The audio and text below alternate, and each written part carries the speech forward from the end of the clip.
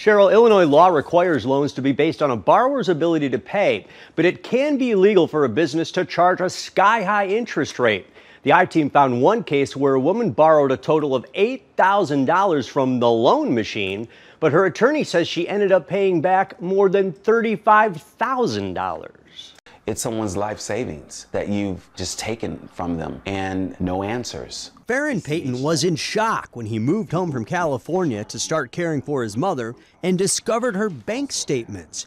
Dozens and dozens of automatic debits paid to the loan machine. It's quite sad that human beings or companies would do that to the elderly. It used to be down the road from her home before shutting its doors. This company was automatic debiting out of my mom's account. It seemed like it had been for years. Payton, his mother Marguerite, and their attorneys say the payments to the loan machine were astronomical. Based on the records available to us, she paid between $35,000 and $40,000 back to these folks. All of that money, he says, for two loans. One personal loan for $3,300, which had a $6,900 finance charge, an annual percentage rate of 145%. It was a 145% interest rate. It doesn't make sense, right? My mom, she was over 65 years old at the time. And then there was a secondary line of credit for another $5,000 with an interest rate of 36%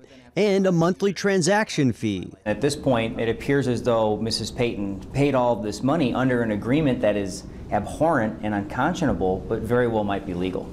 The Illinois Attorney General's office says they reached a voluntary agreement with the loan machine to stop collecting on Payton's secondary loan for 36%, saying the fees in that loan tripled the interest, and adding the AG claims it was an unlawful loan. By the way, that first loan with a 145% interest rate was legal at the time, but it isn't anymore. So there are some federal laws that protect folks like Mrs. Payton. There's the Truth in Lending Act that says you have to get certain disclosures. But those laws really are ineffectual because almost all of these agreements have arbitration clauses where you waive your right to sue. That arbitration clause was also in Payton's agreement. An attorney for the loan machine says Marguerite Payton took out multiple loans from the loan machine and said it advanced Miss Payton funds multiple times at her request. That was my mother's life savings.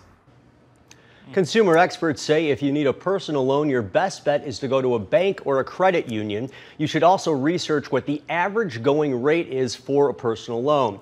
There are also several loan calculators online. You can go online and figure that out and see what you'll have to pay in the end. But no matter what, just remember, it should be well under 145%.